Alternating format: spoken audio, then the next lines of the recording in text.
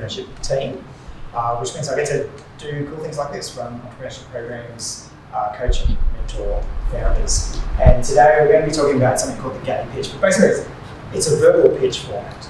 So it's how you pitch. Now, why is pitching relevant? The reality is we are always pitching. So even though we talk about pitching, we might have a connotation that comes to mind of a startup founder standing on the stage and doing an investment pitch. The reality is all of us are pitching all the time, whether that's to our partner to give us leave to go and do something crazy, to start a new venture, to potentially build a community, or to create some amazing piece of art or some other creative endeavor, or to go back to study. But equally, for entrepreneurs in the space that we work in, beyond just pitching for funding, we're also pitching for people to join our team as a co-founder or an employee. We're pitching with suppliers to renegotiate better terms. We're pitching to the bank to trust us with a loan or to get a better rate on a loan. So we're always pitching. And we have different forms of pitching and communicating. It's a form of storytelling. So often part of our pitch is a marketing brochure. It's the advertisement. We have pitch decks. We're presenting a slide deck or presentation. We have verbal pitches, but then we have a heap of non-verbal pitching that we always do. Down to simple things like our social media profiles, our LinkedIn profile, our bio, the way we dress, the way we present, the way we talk. These are all forms of non-verbal cues that we are pitching to the universe as well. The technique I'm introducing today is something called the game pitch. It's a very simple 3-sentence format structure that you can remember. If ever you need to go to a quick elevator pitch to present something, convey your work, convey what you are doing or intend to do, you can revert to the game pitch. Just in terms of how do you have the best pitch, one of the questions we get asked a lot is, what's the best pitch format? What's the best way to pitch? And really the best pitch you can have comes back to having the best story to tell. So in our world of business, that's having the best business fundamentals. So if you have a great business that's solving a real world problem, you're getting good traction with customers coming on board, that's the compelling part of your story. And then the pitch is just telling that story. It's a way of communicating what you are doing. So if you want the best pitch, focus on having the best story to tell. Or put it another way, a bit more slang, don't just try and polish a turd, which is an Australian expression. But have the best story to tell. So it starts with, I apologise for the slide format, but it starts with understanding your customer and understanding your audience more specifically. So before you go to pitch, really take a moment to understand who you are talking to. Now, for those of you who might be very technical, or we see this a lot with someone who's worked in an industry for 20 plus years, there's a lot of vernacular that comes with that. And we have to understand the level of understanding of the person that we're pitching to. But more than just understanding the level of understanding of what we're doing, you really need to understand what is it the person is looking for from this pitch or this interaction, this conversation. And when we understand their wants and needs, what they are looking to achieve in their life, then we can better tailor the pitch, tailor our conversation to them. And I know it sounds really intuitive and logical, but it's amazing how many people never actually take this step. So they're so used to delivering a rote-learned pitch, or they're coming from such a place of experience and domain that they don't actually adjust their language to communicate. Because ultimately a pitch should be a two-way communication, not just one-way verbal delivery. Now what that means, if you're ever pitching to a company or like a business, so say you're going for funding, to get funding for your amazing art installation, or you're getting funding to start some new community project, and you're pitching to a council or a state government or a chamber of commerce or a property landlord where you would like to do an installation, it's really important you actually understand that you're still pitching to humans. You're still pitching to individuals. So even those individuals within a business or a government body, they still have a job to perform. They have certain needs that they're trying to meet. They have pains, they are looking for gains, all the usual constructs that we experience as a human, they experience too. And what I would encourage you to do is actually look at their personal lives. So one thing we encourage founders to do when they're going to pitch for an investor is actually look for that investor's personal life. What else do they do? Do they have kids? Are they into the rugby or the cricket? One of the more famous investors in Australia, Bill Tye, is massively into kite surfing. So lots of founders who really want Bill Ty as an investor actually go and learn kite surfing and travel around the world on the kite surfing circuit so they get a chance to meet Bill Ty, which can sound a little bit transactional, but what they've identified is there's a reason they would like Bill Ty as their investor beyond the capital. They like what Bill Ty stands for, they like his values. They think that he'll deliver a lot of value to their business beyond the venture capital, and plus they're probably just interested in kite surfing too. So always come from a place of being genuine. Don't approach this from a transactional purpose. But if you do find those commonalities, it's a way of building rapport. So you can build human connection when you identify commonalities. So if you know they have kids, you have kids, you're the same age, maybe they play similar sports, these are great little conversational starters. So don't just think we go straight into a pitch and be transactional, try and build a human relationship. The other one here, which is a little bit hard to read there, but understanding the likely objections that the person you're speaking to will have. So if you know in advance, you can predict the questions that someone will ask. So in our world, for example, pitching to investors, it's very common for a startup to come across someone like Steve Baxter. You might know Steve Baxter from Shark Tank. For those of us that have worked with or know Steve really well, there's a common pattern to the types of questions he asks. It's very much about numbers, bottom line. He's incredibly quick doing maths in his head. And so the types of questions that come out are typically those sort of questions. So if you know that and you're about to have a meeting with Steve, then you can actually be prepared, know your numbers, know your business fundamentals, because that's what you get asked about. But equally, if you know someone's likely to have an objection to certain things, be prepared and have that answer to go to remove that friction. So to give you a context for that, there's a program here in Brisbane called Wimp to Warrior, and this is designed to take any bloke from the stage of whatever level of fitness through to a MMA cage match, like an actual mixed martial arts fight, which sounds extreme because it is, but when you walk in and you go, look, I'm just curious, like, can I really go on this journey? They already know all the objections that you're going to say, right? There's no way I could do this. I'm not fit. They already have the answer. Yes, most of our clients are. Look at these examples of previous participants. And that's like, oh, my wife would never approve. You know what? This is a common objection many have. 90% of the blokes that come through here report they have a better relationship as a result of this because it shows your masculinity, it shows this sort of thing. And it's like, oh, I can't afford it. Well, we have this payment plan. You can actually do it. So they have an answer to every objection. So when you're doing your pitch, particularly if you have an ask in your pitch, you're looking for funding, you're looking for something else. First point is understand what they're looking for, and then have an answer to all of their objections already pre-loaded. Aaron, you probably know this about academics and PhD students when they are seeking to engage. Pitching is about that, seeking to engage. My research is about this. You're interested in this because this is the conversation we're starting. It's the same when you're producing a journal article. You need to know what is the piece that the audience will be interested in. How do you tell that story for the audience in a way that they want to engage, in a way that they want to read it, they want to publish it, important, that they might want to have you as part of their research team. So for researchers, this is just as equally important. What's the story I'm telling, and what's the piece that will get you interested? Because if you think about research, doesn't matter what discipline we're in, there is thousands of researchers. There are thousands of journal articles. There are thousands of PhDs.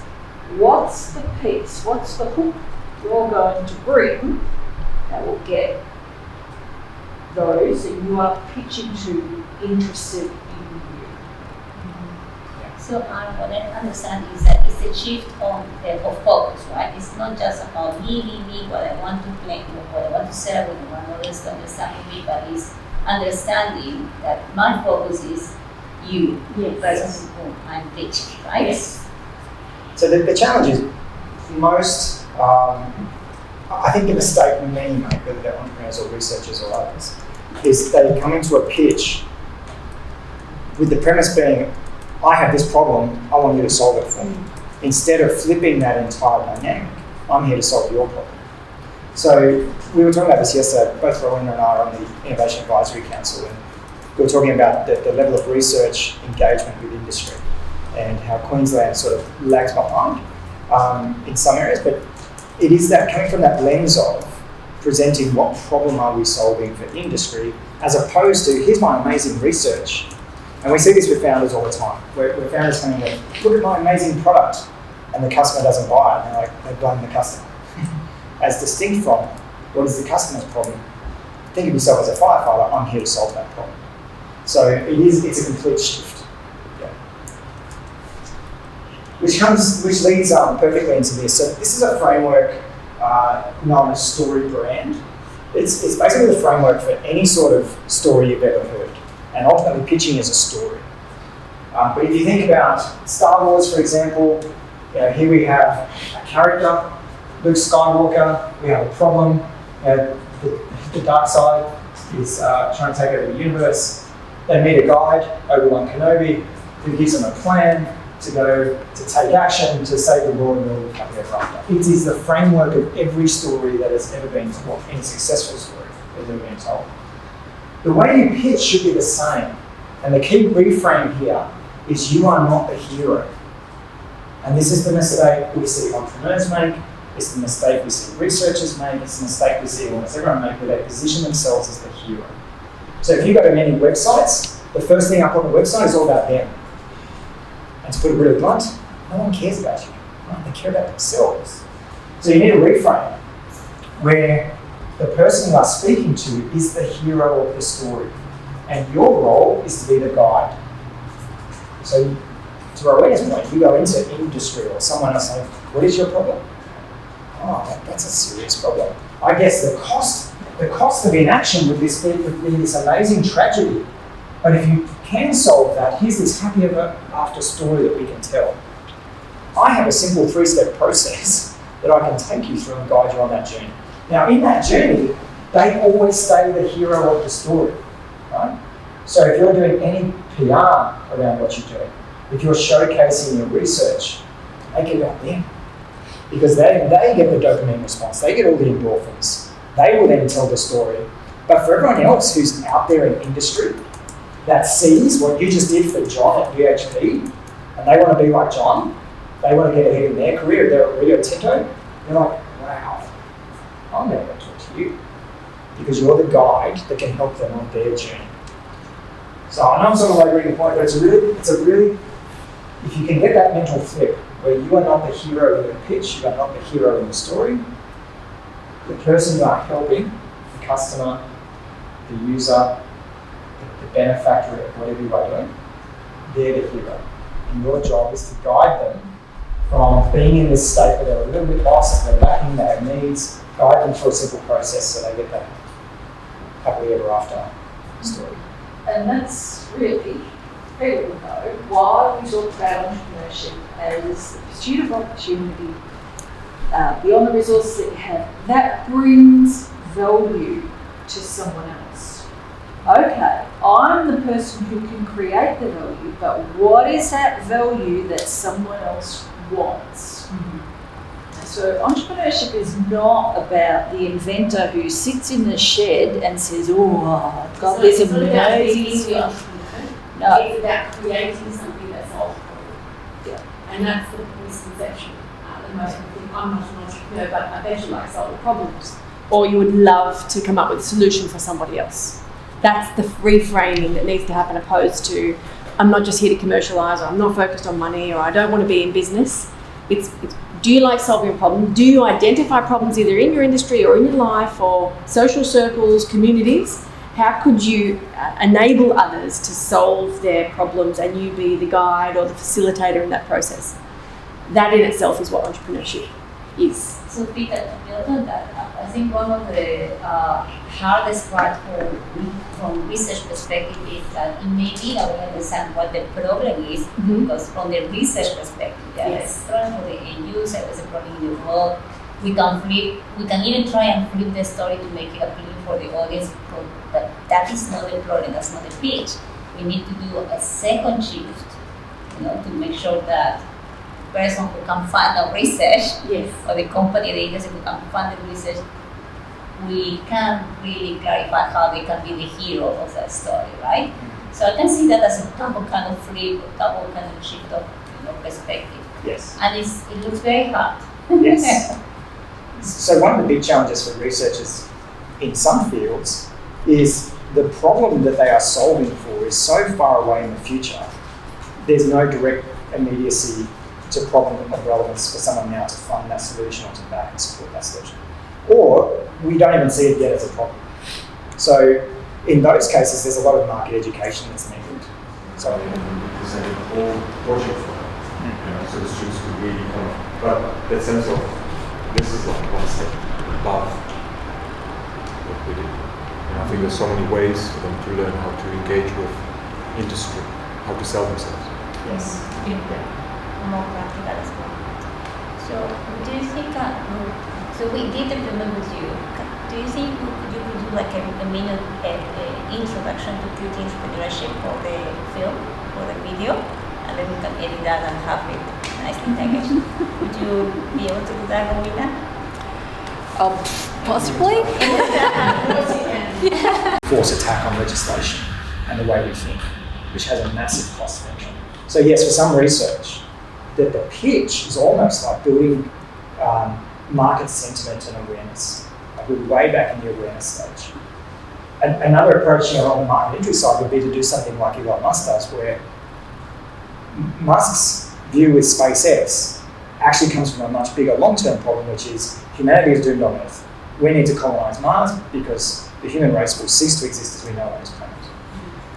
How does he convert that into a business? We can't all go and live on Mars today. Instead, he looked at what's the market, what we would call the market entry point. Turns out, sending a satellite into space, the most expensive part is we blow up the rocket every time we do it. That's a bit stupid. How about we make a reusable rocket, massively reduce the cost of space flight, put a satellite in space. Now he's secured billions, if not trillions of dollars of funding to put satellites into space. So sometimes we have to start way over here. We know this is the big problem. This is where we need to get to. The market's not ready. We need to start way over here. And sometimes we have to Trojan horse that. Sometimes, so the work Peter and I do with some corporates think they want this as innovation. We know their real problem is actually, culture, people, all these sort of things, leadership. It's like, yeah, sure, we'll come in and run this innovation program for you. But what we're actually doing is Trojan horsing all this cultural transformation for their leadership. So sometimes we have to find a different mechanism. But also in regard to research, which is different to entrepreneurs in terms of customer facing, is it's very difficult to come up with solutions for people if you don't have direct contact with the people or the customers. So sitting researching behind a screen, inside facilities, you're not in front of those people enough to really work with them. And that's the whole concept of co-developing something with people to come up with a solution that is what they need. And we can't guess that. We can't assume what they need. The only way to really come up with something that is valuable is to work with the people having the problems. And that is why research on its own, unless it's with people or with the community, can often be misaligned with what the actual outcome needs to be. Too many assumptions. There seems to be a lot of wannabe fashion students in next year's intake, and most of them want to be writing their own fashion label down the line. Yes. And I have gone through that process, pitched to very rich people, and I just kept thinking, we just don't address anything like this in our fashion degree. We do work integrated learning, we do things that address the reality of the market in snippets, but literally to sit down and go, right, let's do a 5-year forecast of every cent we're going to spend and how much literally put facts behind the fantasy. Yes. And it just makes me kind of shiver because it's especially I think fashion that is perceived as fickle and also so expensive. It's just it makes me wonder why we haven't led these processes into our degree in a stronger way. Because if 60% of my students want to be standing in front of an investor, pitching. Yes. We don't even talk about it. But yeah, the other thing, so even with those students who, Their aspiration is to have a label, to be a business owner, to be a fashion designer who sells their products. That is the entrepreneurial vision, and that is what makes them have that entrepreneurial capabilities to see the future. What they need to do is have the strategy to take the steps backwards on, okay, let's go back. So that's 10 years away. What do we do in 5 years? What do we do in 3, 2, 1? Right down to next week. What is the one tiny step we take next week that's going to work towards this end goal? But often sometimes some people get stuck in the micro steps. They can't see the end goal, whereas you've got the better version where they can see the end goal. We just need to now give them the framework to work backwards. But I also think there's a big question, which what I found with my own businesses, is that sense of saying, what do I actually want to do? yes, And it took me a long time to realize I actually don't want to talk money. I want to design. Yes. Like, and all the rest of it is just Yes. stuff I have to do, right, to be independent. yes, And I think that is something that almost has to, I think there's almost a sense of have to have reality. self-discovery there. Yeah, exactly. Because if I don't actually want to solve problems for customers, Exactly. I just want to design a really great product, Yes, maybe I should be trying to run a business. exactly. And that's, you go through that self-discovery process, which is huge in entrepreneurship. You need to understand where you fit, and we run through a lot of this in programs. Is where do we fit? What's our natural skill set? What do we like to do? What are we good at? And where are our gaps? Because if we don't like to be the business person, you want to be the creative, then you need to form a team or find a partnership with someone else who does that piece. We can upskill and we can do it, but we don't love it, and your best creativity is not going to flow when you're weighed down with the systems and processes of running a business or raising money. Whereas for you to bring your own internal genius out and get into flow state properly is to when you can sit in that space where you can design. So it is not always around being the entrepreneur, it's having that awareness of what pieces need to come together to enable you to take your design to the world, or whatever that is. And it is very much that self-discovery piece to form the best team or people around you, or do you go and be in a designer in someone else's business? It's really good. Promise. Yes. Go spend other people's mistakes. Exactly. Yes. Yes. And then avoid it. Yes. Yeah. Because some people go through the journey and realize, I don't actually like business. But that's okay. Sometimes you need to try it to understand if it's for you. And if it's not for you, awesome.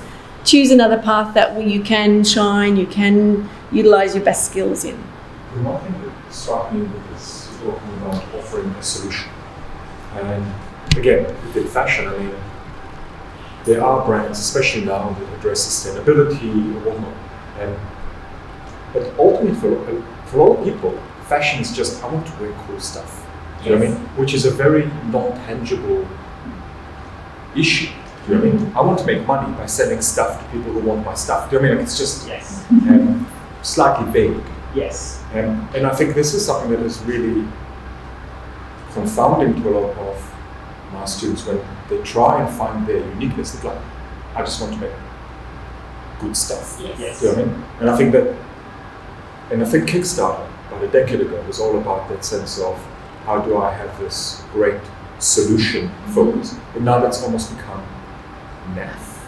Yeah.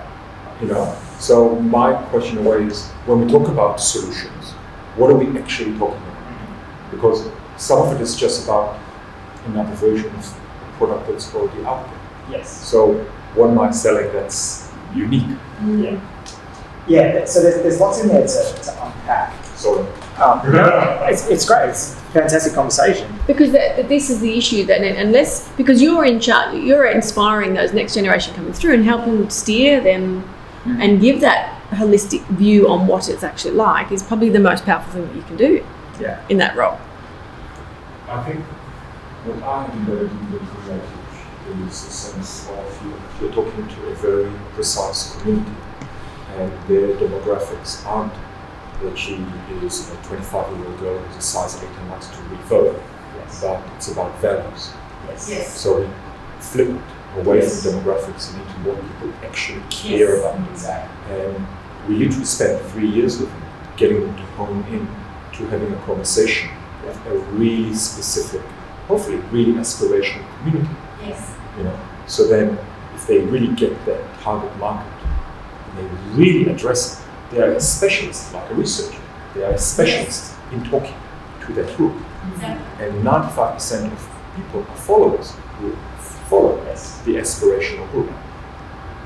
Yeah. That's my solution. No, I totally agree. So I think one of the very first comments you made was around making sure these creatives are making decisions based on data rather than assumptions or desire, purely desire. And a lot of, so we teach a lot of lean startup as a methodology. And Steve Blank, who came up with the lean startup methodology, it's all about making sure decisions are based on fact rather than our perception or a personal desire. So there is a methodology for that. I think you're right in terms of the other piece of what's happening here is the external influence. So we're seeing this massive rise in social values in terms of purchasing patterns. So we're seeing a lot of venture capital now, for example, that's all about impact investing. We're seeing the younger demographic of consumers who care more about what the business stands for, who's behind the business, the why of the business, than what they're doing. To the point that, like in the fashion space, there's younger demographics now that refuse to buy from a brand that spends $3 million on a sports star tweeting about something because it's, why are my proceeds being used to fund $3 million for someone who write 3 tweets? It doesn't align with my value system. So there's almost like the demise of the paid influencer now. But I think that other element of, you're sort of talking about creatives and what's the problem they're solving, what is the solution.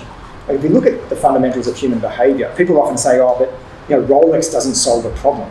Well, it does, because it turns out, men in their 40s, like me, are very egotistical, and they want to send social prompts and cues to others about their status, and they do have a problem, and whether that's for a relationship or whether that's for a business transaction, there's a perceived problem there, like ego.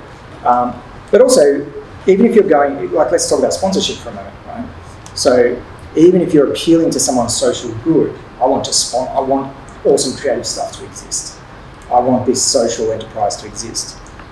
There's still, in that sponsorship equation, there's still a need that you can meet. So, raising a sponsorship previously is looking at the marketing opportunity, again, the ego opportunity, but sometimes it's not about solving that specific problem. It's like, I would like funding to do X, Y, Z here. What problems do you have? How can I solve that here so that you give me the funding here? So sponsorship is often like this. I used to raise sponsorship money for Catalyst, so I would like sponsorship to send kids to Silicon Valley. This person might have no direct interest in sending young kids to Silicon Valley. They might, from a recruitment perspective, but they might really like the brand positioning. So CUA, for example, was always struggling to get younger demographic members into a credit union. So it's like, we will happily fund that because it shows us as supporting youth. Therefore, for marketing for us, this is solving a problem. Even though I'm not directly solving their problem, I can do other activity to solve this problem. So sometimes we have to, have like a triangle from our operational impact model. Get funding here to have impact here. The other thing you touched on is spot on, that piece around, it's not just creatives that get into business wanting to do this creative thing, and they're driven by all the same motivators as entrepreneurs. Autonomy, the ability to have impact, affect change, and an inner locus of control that says, I can do this. And what happens, I would classify tech founders as very creative. I'll give you an example. There's a guy in Mackay who, he was just a farmer, but he was really good with his hands and would engineer all sorts of new machinery, to the point he built cane cutting technology that is world class. John Deere want to acquire him now for these machinery he's built.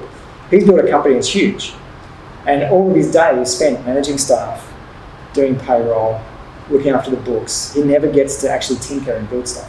So he's lost his passion.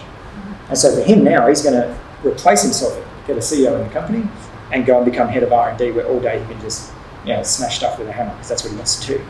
So I think it's a spot on point, is we are often sold this thing of, I need to be the founder to have these elements of autonomy and creative license, but actually there is a construct where you come together in a collaborative or an employee in the right type of company. And I think that piece around why is something we don't often step people through. It needs a lot of work.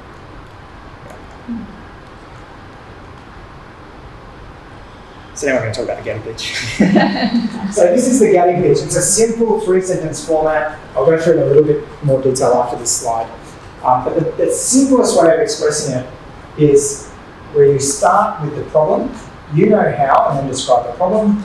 Well, what we do, describe your solution, and then in fact, you articulate some sort of value prop or some sort of benefit, or maybe some sort of wow about your team, for example.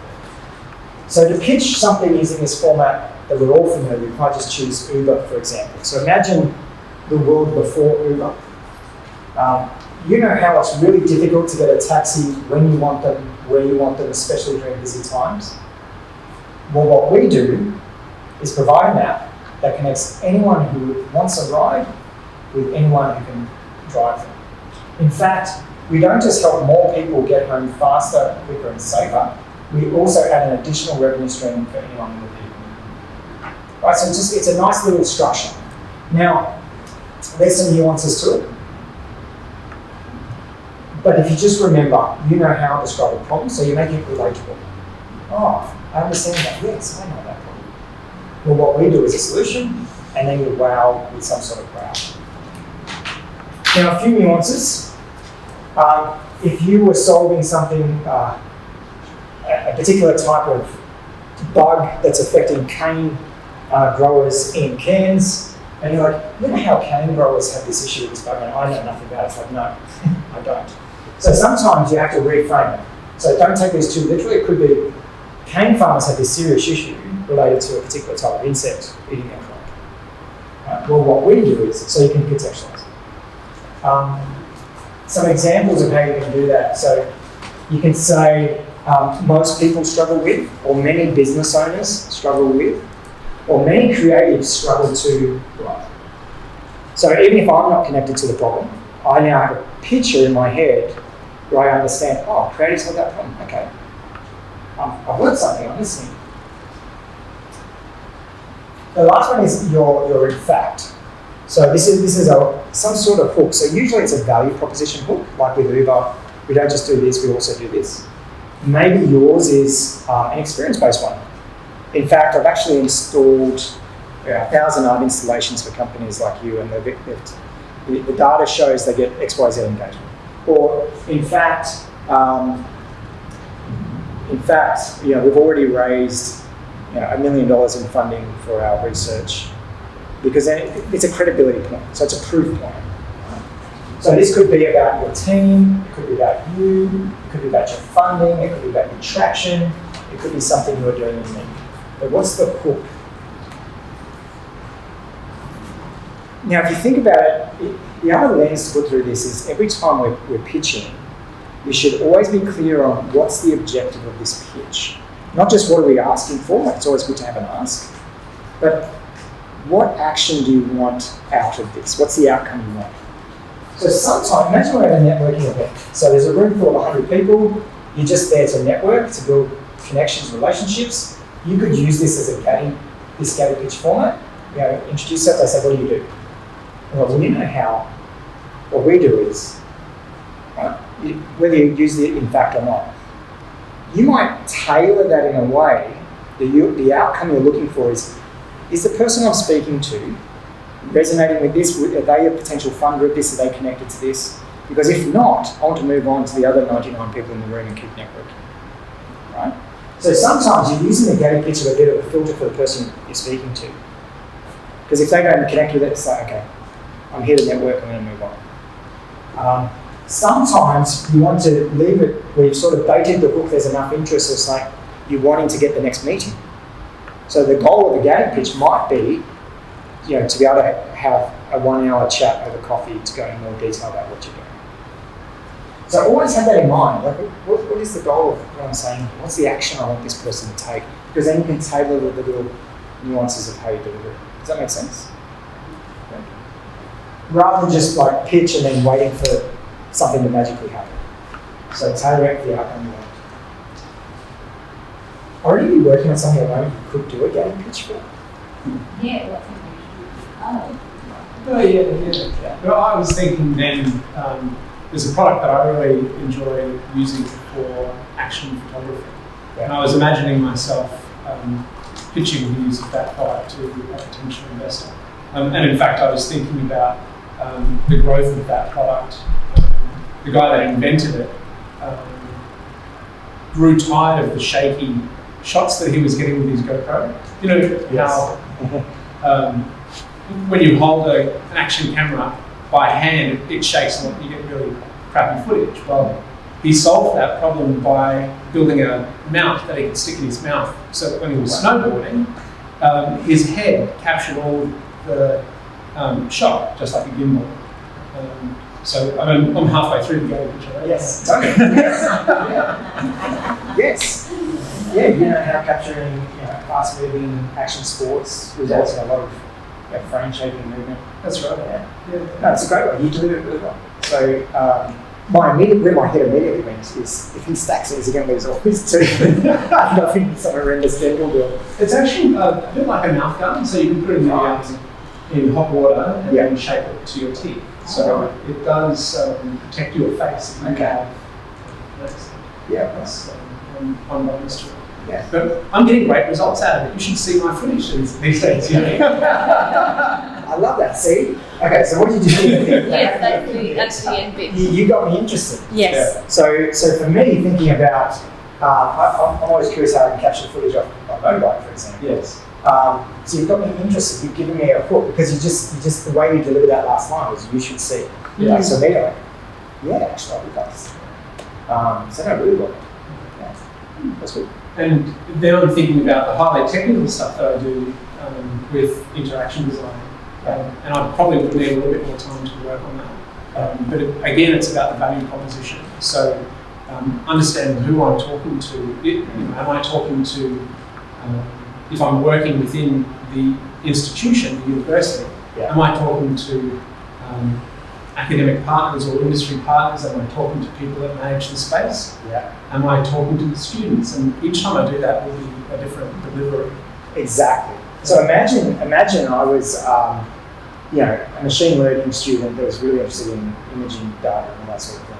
Yeah. Like your pitch to me would be, you know how like high frame rate, fast moving video footage that ends up in this? We're working on some really cool algorithms to sit over that to stabilize the image and blah. So for me as a coder, I'm like, oh shit, that sounds good. Yeah. But when you're pitching to someone who, is the snowboarder or is a professional athlete or is a different pitch, and then when you're pitching to Red Bull, because I imagine if you put 1,000 of these out into the field with all sorts of semi-pro, the footage you could capture in a Red Bull campaign, we can build around that. So you're right, tailoring the exact same product, essentially, to those different audiences. Yeah. Very cool. I have a question. I can imagine, but I'm not sure. How does it map, the journey as a story? Yeah. Yes. Matches with the ED page, and I'm thinking that just follow what you just said. If I do this for the different audiences, then I can adapt my pitch. Yeah. So really good question. So this is Gabby pitch. This is one of many ways of pitching. Just one little go-to you can have in your back pocket. You randomly bump into someone at an event. It's a good one to go back to as a framework. Right? So that quick elevator pitch, you just meet someone. Yes. Rather than trying to explain what you do quickly, you can just use those 3 prompts to be able to recall quite quickly and explain to anybody what it is you're working on. Yeah. Or what versus this one. So this, we often use this in a longer pitch, like a 3 or 5 minute structured pitch. Where what you might say, for example, is you can actually use a character. So you can say, I'd like to introduce you to Mary. Mary is a customer service officer on Qantas. She currently experiences this problem every day. And so you describe the problem.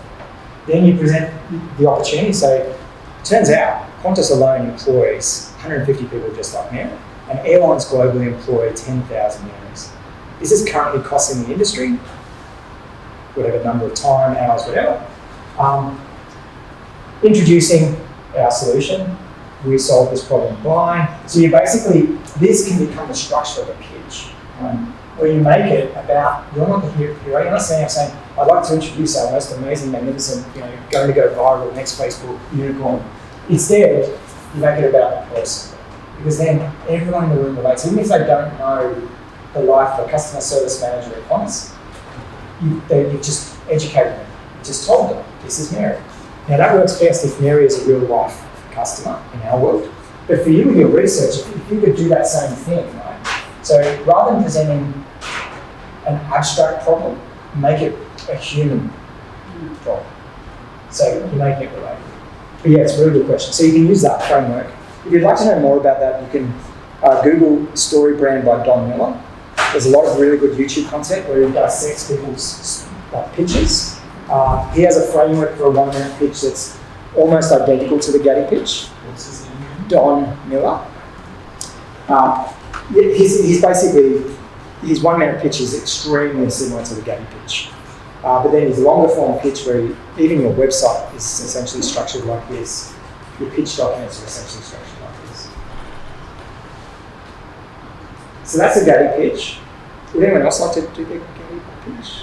Okay, we can go. Yeah. Well, you know how many people have smart devices for any kind of fitness or health, those like smartwatches, or like I recently got this thing for my posture. It just vibrates every time I slouch. Yep. But the problem is that it doesn't really adapt well to each individual activities and things. I don't know how, whether yours, is that a smartwatch? Yeah. Are you happy with it? I love it. You love it? I don't know, but for some people the numbers don't mean really much. Yes. And it's hard to make that a long-term health goal. Yeah. So what I do is just looking at the different types of, how people are different and map it out, and then you put that into the consumer-graded device design solution. Awesome. I like that. Yeah, I mean, look, I love this. I look for I know the data's probably not accurate, so I look for the change in the data. But I would love to have benchmarking on how do I compare for another 43-year-old Exactly. male? Like, I don't know. Yeah. So I would love to have some data like that. Yeah. So we're into the conversation. Yes, exactly. Cooking. Yes, you cooked me well. So little things you did really well there, other than deliver it, was first you made it really clear. You demonstrated, through gesturing, here's some devices. You acknowledged, you were talking to me and acknowledged, you made a connection. So point of connection. So immediately I'm listening. I'm not distracted. I'm not thinking about what is my next slide again. So those little skills are fantastic in a pitch, like building that connection piece. I just feel that I felt that I needed a happy ending. Well, it doesn't have to. So sometimes to get people to take action, you actually focus on this, right? So sometimes it's, depending what you want them to do, it's actually not paying the happy ending. It's just actually leaving them with the, oh shit. Oh yeah, I hadn't thought of that. Crap. I need to do something. I might have to come and talk to you. Stop using plastic. Yes. It's like, so sometimes it's actually emphasizing the tragedy. Yeah. Every second semester of every year I teach sustainability, and then we show down the catwalk all these garments are trying to make the world a better place. Yeah. And I was a bit frustrated with the world a few years ago. So the soundtrack was it's the end of the world as we know it. And we're showing solutions, Yes. but in fact the whole soundtrack was just defeatist songs about giving up and losing it. Yeah. Yeah. But what I find really interesting about this when you're talking about the triangle where sanitarium is evangelical. Sanitarium. Yeah. It's like, Like you're not big, but I had this really interesting conversation with an organization that does co-design community-based events where they had dancers and singers and performers, all sorts of stuff. And they had a lot of businesses throwing money at them, where the actual events aren't hugely, maybe 100 people. And all these businesses want to be aligned with them because they're literally making communities better. And I was jokingly saying that we should, in the future, do yoga classes. And by the time we finished the conversation, we were talking about the CEOs of NGOs that do mental health issues in Queensland, potentially wanting to talk to us because effectively you can create an event that makes people more resilient. Yes. So the solution wouldn't be even advertised in anything that we would do. It would be embedded. But the people that come on board to support take their boxes. Yes. But none of the participants will have a clue that that's what they're actually there to do. They're just there to do yoga or maybe make the t-shirts. Yes. And that just the triangle reminder, because again, what people are doing, what stakeholders and what you're doing are all completely separate. Yes. That's a fantastic point. So, so the difference between going into let's say we went into Flight Centre and said, Flight Centre, will you sponsor my yoga classes? They're the best yoga classes ever. I do amazing yoga. I've been doing yoga for 20 years. Like, you can just imagine Screw Turner going, what? Why? But if you went in and pitched and said, hey, Screw, I understand you've got this staff retention problem. Your staff are suffering this. Your absenteeism is really high. We have this yoga training that's been proven to reduce blah, blah, blah, blah, blah, which will improve your staff absenteeism. We think we can save you about 100 grand a year. You just got to give us 50. Like, that's a completely different value prop for someone like Screw Turner, who is bottom line numbers, right? So you're right. It's like understanding you're wanting to do this. They have this problem. How do I offer this? So they'll pay me to do that. I'm just laughing because my friend works in Flight Centre is almost accepted to mental health issues. Yeah. So, I mean, literally yesterday, I'm at home in bed, I hate my job, you know. So that's just really funny. Yes. I had personal stuff that's required on my mind. So, yeah. I think what is interesting is that, again, because my students making clothes, inevitably, it's that sense of the problem being so thin. So, I mean, I think, and this is the thing that, you know, because I think, you know, you've got a very specific product, but fashion in its intuitive nature, it's just, I'm just making a product. Yes. You know what I mean? And I think it is that question of what is the problem, you know, where, and this is where I find the disconnect, specifically with my students, where they just want to design lots of cool new stuff, right? That's not a problem. And the world doesn't need more stuff. That's not, you know, in fact, that's the problem, is too many people want to make stuff. So when I think about them pitching, it brings up a lot of questions around what actually would make this valid, you know? And sometimes it's finding what's their individual why, like what's their passion, what's their point of difference. So a friend of ours, he used to work at Billabong, so and his skill set was around understanding consumer trends and looking at data to predict what fashion would be in demand in the future. And he's also madly into cycling, so he just started his own cycle wear company called Staple. But his passion and his point of difference in the market, he has a few, but key one is the sustainable manufacturing of cycling clothing. And also gear that is incredibly comfortable. So even though it's a saturated market, right, there's so many people providing cycle wear. And there's so many people doing it cheaper than him.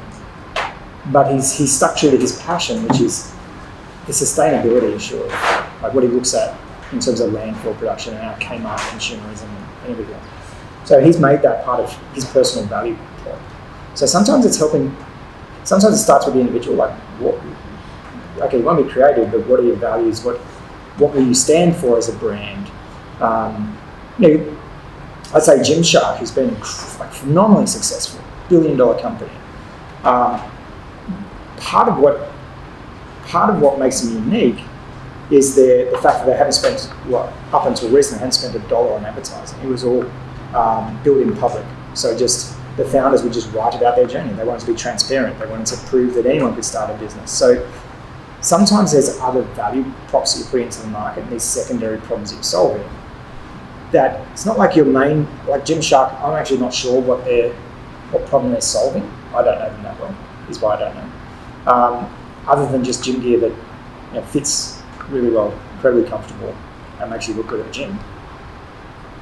I don't know beyond that. But their point of difference, why I would like to buy something off them, is the founders created this narrative around being really transparent with their business. So for me, there's an alignment of values with them as a founder. I'd rather buy off them than some founder I don't know, some company I don't know. So and I think for creatives there is that element of them, like where is their personality in this process? But I think it does start with why. And look, there's some things where we're selling a vitamin, we're not selling solving a hair on fire problem. So it's a nice to have. We know someone who's built a very successful business selling. The business is called Booty Bands, essentially drop shipping exercise bands for women. And it's not his product. He drop ships. He found the best exercise bands in the world. He ordered a few. He gets the company to brand them, so they get drop shipped or branded. and he just became a marketing business. He became an expert in Instagram marketing. Same with that teenage entrepreneur recently, just drop shipping those plastic poolside glasses. Yeah. Just drop shipping, becoming that, solving the problem, what people need, find the best product and bring it together. Yeah. Not doing any of the creation, but understanding the customer's needs enough to make the connections that they couldn't do themselves. And all in marketing, but using the platforms that already existed, which was Amazon. Yeah, so sometimes the problem you're solving is just helping the customer get better access to the solution that's already there. So that just seeing the pathway more clearly than they could themselves, or creating a pathway. Just something when we're pitching is less is more. So taking things out, often we go into too much detail, and the reason that becomes a problem is, first of all, every word has its own calorie count. So big complex words, more calories. Subjective words that doubt or that trigger me emotionally have a higher calorie count. And you want to put your pitch on a diet. Okay? You want to make it so succinct, sharp, where my brain isn't having to go to the frontal cortex and think, what. Often in a pitch, you'll notice this yourself once you become aware of it. Someone's talking to you, and they say something, and your brain goes firing off on a tangent of thought, then firing off the next tangent of thought, firing off the next one. That they're all calories. And there'll be momentary lapses where I'm not listening, there'll be momentary lapses where I've gone off on this complete other tangent.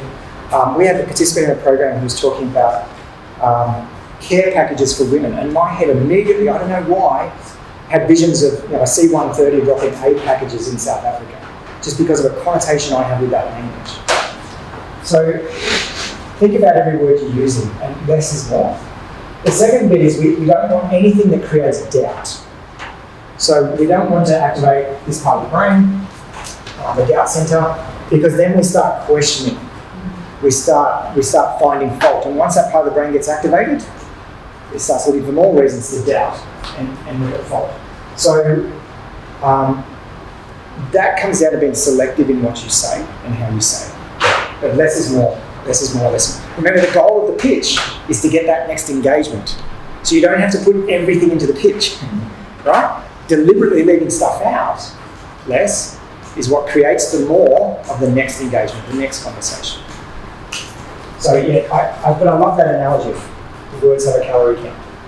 So I love your analogy. It's especially people with accent, very conscious about how we say the words, because we clearly see when the person is struggling to understand what we see that they're trying to say. That's one thing. But then the questioning, as researchers, we're so trained to question everything. So in all these cases, another group of researchers is like very challenging. yes. Do you have any tips for that? Well, it starts with that same premise of understanding your customer. So understand the audience. Understand them really well, where you already know. So we've done some work with the government department recently, and we knew there was a very high level of cynicism in this group. Like off the charts level of anything. It's just like, it was like a sense of rejection of anything new. So the way we had to structure that approach was, we're here to hear your ideas, like you tell us, and had to lead them on the journey. Even though we know they're going to want these things, if we just went in and said that, the cynicism will trigger rejection of ideas, whereas if we take them through a process where they suggest the ideas and if they have ownership. So sometimes it's not just what we say, it's taking people on a journey. So and letting them feel heard and seen and have a pathway and for their ideas to come forward. And so that they feel like they are engaged in the process. Even though we could have done exactly what Aaron said, take them there anyway, same outcome, but for people to feel like they're part of the process and have chosen to be there is the most vital part. Yeah. So think about the emotional journey we'd like to take people on.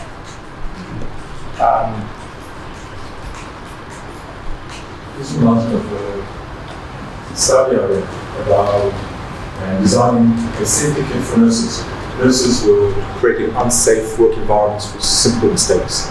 So the designers were going to design something, give it to the nurses, and they'll just do it.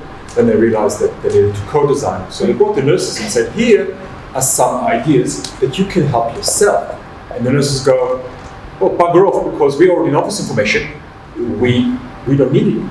We don't need you. Yeah. So the designers took the nurses and they brought them into the team. They incorporated the nurses into the design team. Then they created a solution for nurses who weren't in the room. And then the nurses' engagement rose dramatically because they were no longer being talked down to. They were helping other people. And it was Taffe, T-A-F-F-E was the person who did the study. And it had all these models of how traditional designers try and fix people, how it triggered so much animosity.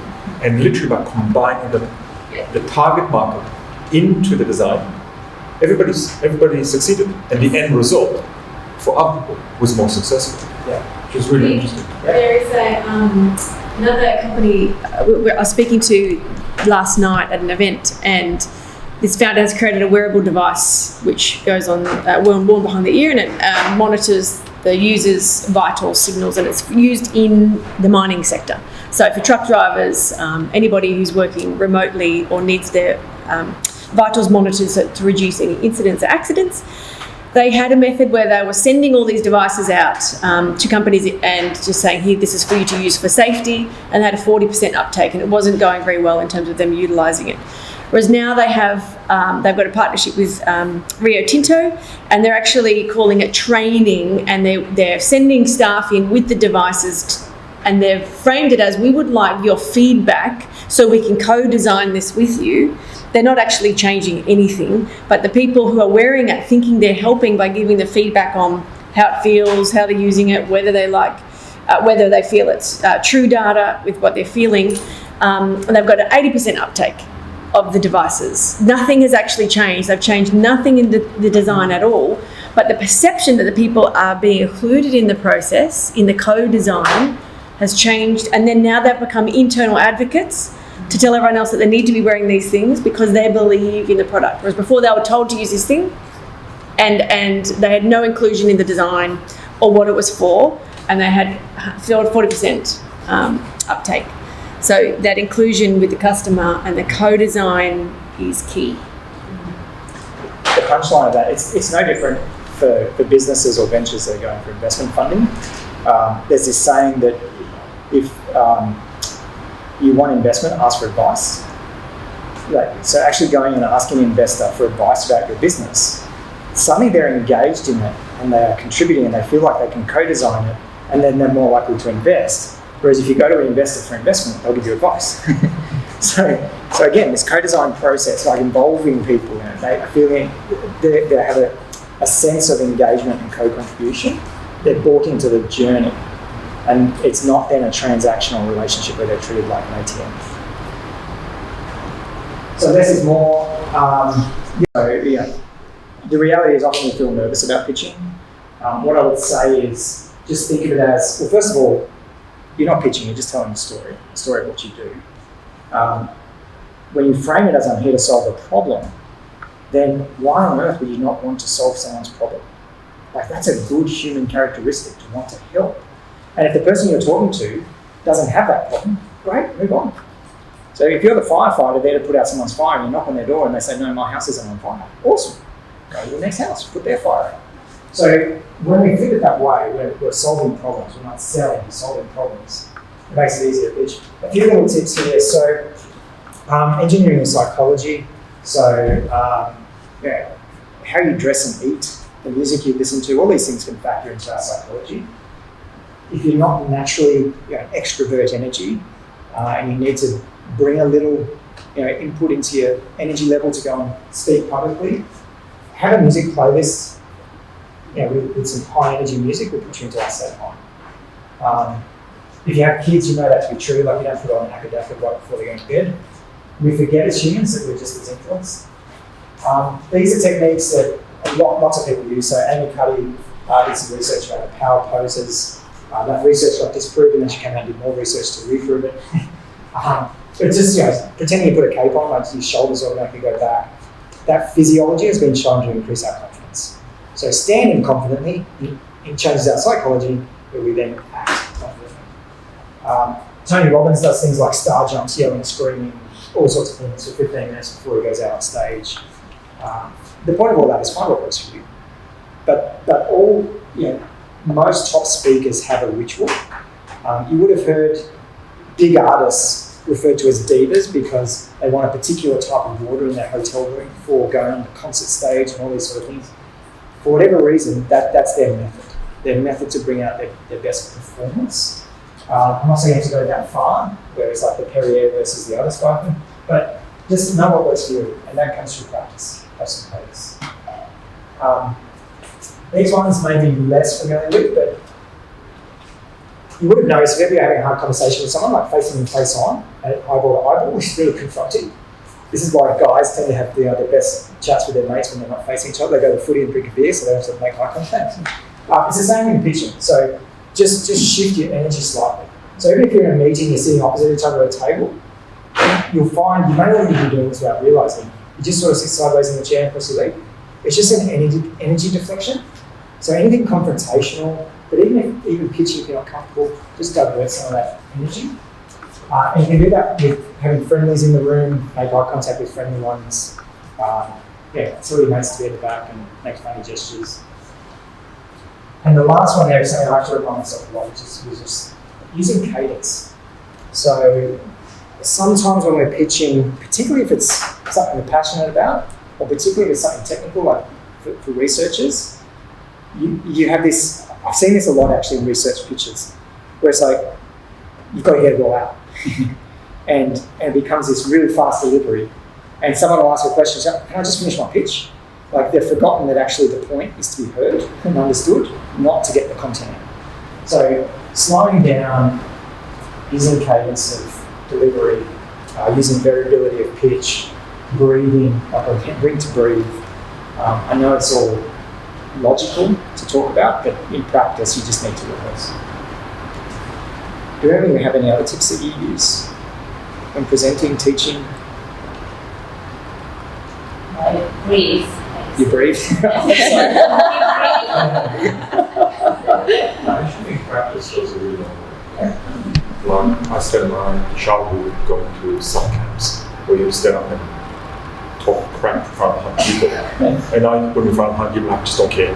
It's just 100 people. Yes. And I think that's the biggest thing, and that's these students that just freeze. But talking in front of their friends. Yeah, exactly. You're tall. I'm very short. But this, it doesn't, that's how it was for me, like I'm very short. I had a young man come in who started a business on the Gold Coast.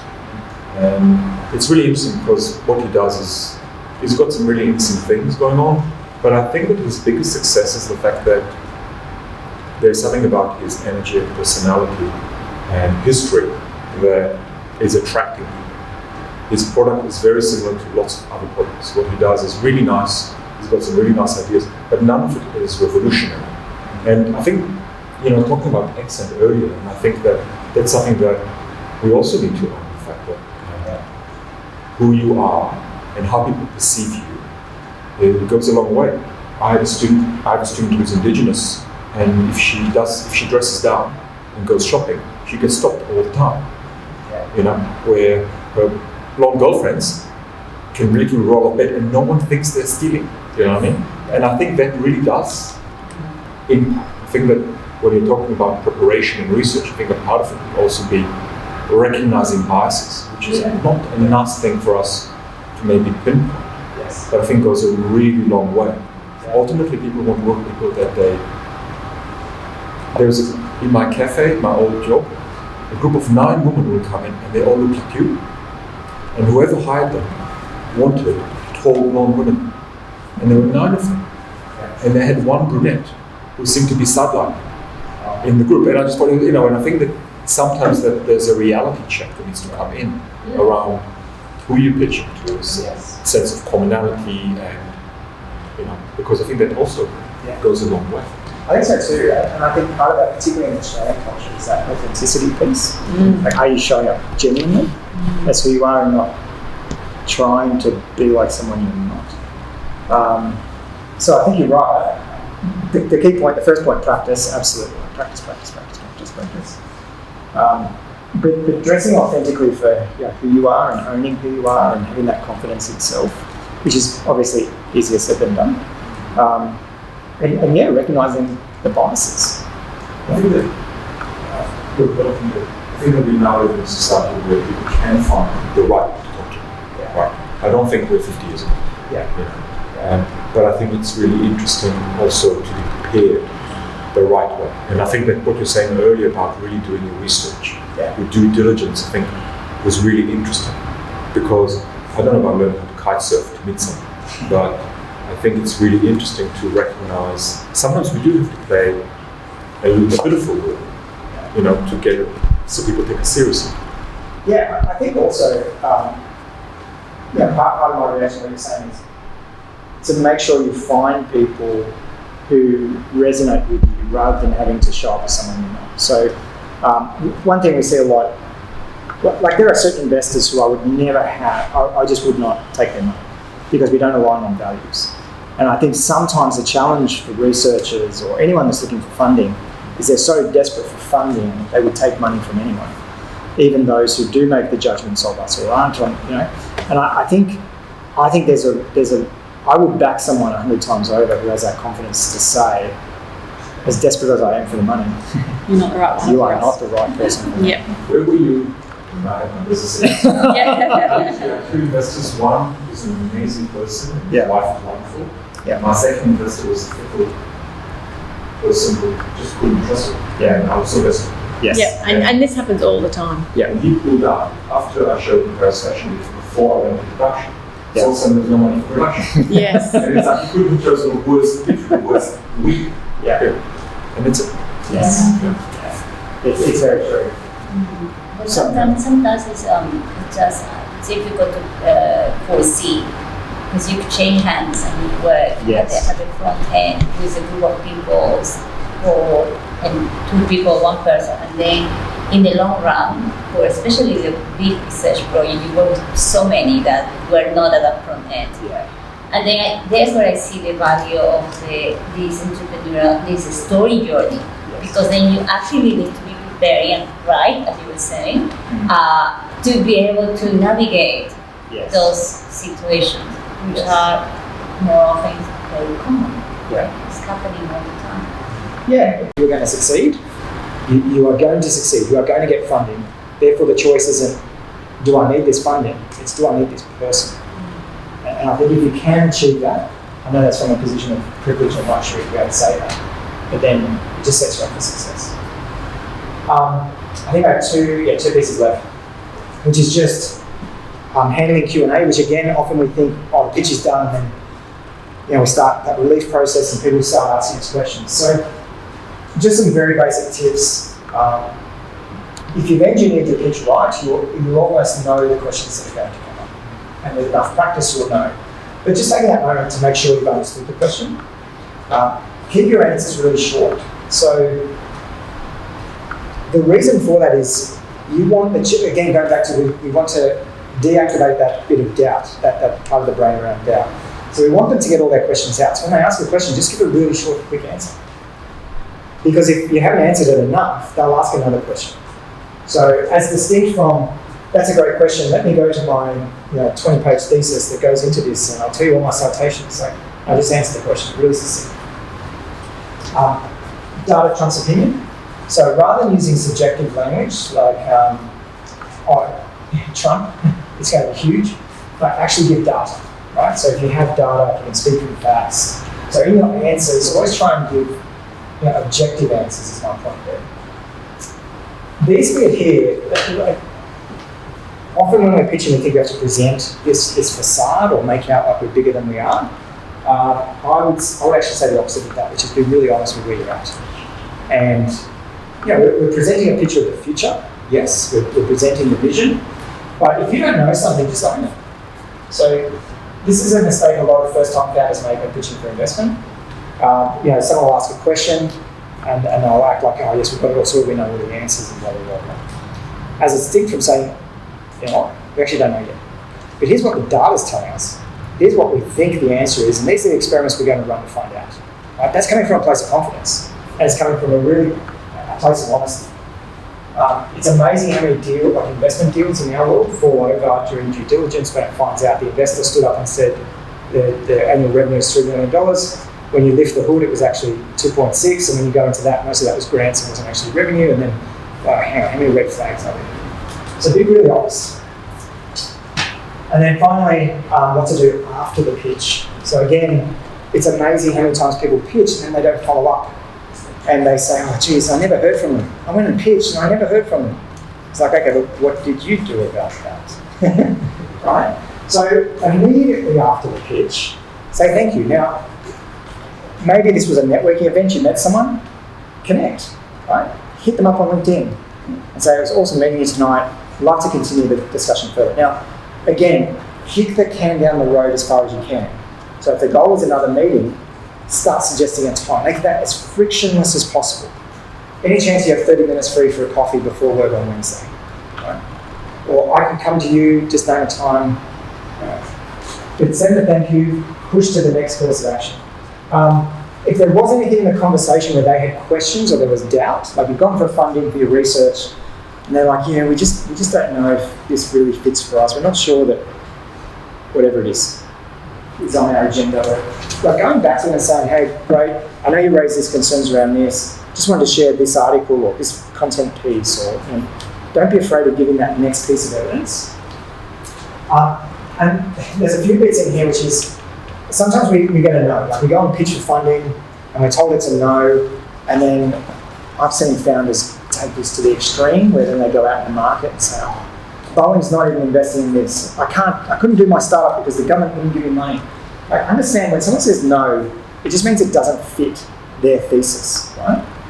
So running a venture fund, you might come and pitch to me, and I love what you're doing. I think it's amazing. I think you're going to make squillions, but I literally cannot invest in you because you don't fit the narrative of what I sold my investors, and therefore I cannot invest in you no matter what. So understanding that it doesn't mean your idea sucks, it doesn't mean your research sucks, it doesn't mean you suck, it just means it's not a fit. And so you don't want to badmouth or tarnish that relationship because they could introduce others, they could be a warm referrer, but also you might just be not at the right time. So a no today might be a yes tomorrow. That requires you to nurture that relationship. So we see this a lot. So I mentioned Steve Baxter. Steve would get pitched all the time and say, no, no, no, no, no. The good founders would say, we'll keep them updated. The next networking event. They wouldn't hide in the corner going, oh, bloody Steve. They'd go say, hey, Steve, I pitched you about 6 months ago. You probably don't even remember me. I just want to let you know this is what we've done since catching up. Now we've done this. You said this. You didn't like this about the business. We ended up doing these things. That's a great way to keep a relationship warm. And it's amazing how many times that then turns the conversation over. The trick is sponsors, everyone else the same. Like keep them informed of your progress. Like keep them updated. The last point there is when you do have someone come on board and they sponsor your research or they sponsor some creative installation, whatever it is, don't just get the cash off them and then never be seen again. Right? Like involve them. Take them on the journey. Send them a monthly email. Here's where we're at. Progress update. Love to come and see you. And the other thing, don't hide your problems from them. Right? They have a vested interest in solving your problems because they're now associated with it. So there's no one more motivated to help you than the people who are just giving you money. That's good game. That's good game, exactly. So don't hide and make out like it's all awesome. Meanwhile, you can't sleep at night because of the stress you're under. Like involve them in the problems. Get them going. They have networks, they have answers. That's it in terms of the concept around pitching. So you would, how QT is the force? Yes. Force. Would you like to hear the pitch for QT? We'll do myself. So Peter and I are entrepreneurs in residence. We work with Rena, who heads up the QT entrepreneurship team. We exist centrally in the university to basically teach and share entrepreneurial thinking with everyone in the QT community. So we do that through programs. So we run a lot of programs. Peter runs a program called Spark, which is just to spark an interest in entrepreneurship, to answer the question of how might I use entrepreneurial thinking in my future career, regardless of what it is. Then we have programs like Fuel, which is I have an idea, I have an idea for something, a new venture, a new social enterprise. How do I bring it to life?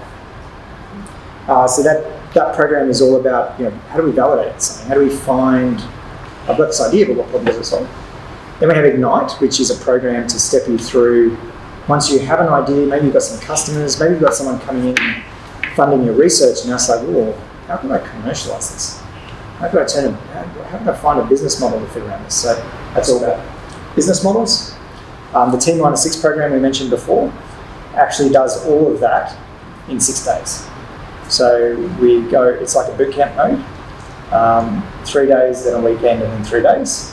And we do that with teams. So people come together, they come as individuals, we form teams, so you get the experience of teamwork, and then we build through that. And then we have pitch night, so an open mic pitch night. We have one last night, first Wednesday of every month, where anyone can come and pitch practice. And that's, if you do want to practice your Getty pitch, or if you'd like to, you're pitching for a job, right? You want to practice that. We have community coffee, so this is where both here at KG and at Gardens Point just come together and meet the community over a coffee, no agenda. And we have lots of times where we come into curriculum. So for those of you who are in teaching roles, if you'd like us to come in and encourage your students to participate in exploring what entrepreneurship is and how they might use it, and break down that, to what Peter was talking about before, like break down that perception that's all about studying business, because it's really not. We can come in and co-facilitate, we come in and deliver sessions for you as well. But the beauty of all this, it's all funded by the university. So, team of 13 of us, something like that. How many of us are on a team now? 13. But yeah, we exist, so use us. Yes, no, definitely. I had no idea that you had these many programs. So all of these programs, who's your audience? So it's undergrads, and do you have also HDRs? Yes. So staff, so faculty, administrative staff. We often have staff coming into the programs for their own personal ventures or their own capability building and understanding, so they can then bring different concepts into their own programs. But a lot are dabbling in terms of upskilling personally, plus also then just expanding their own concepts and mindset around all this. Mm-hmm.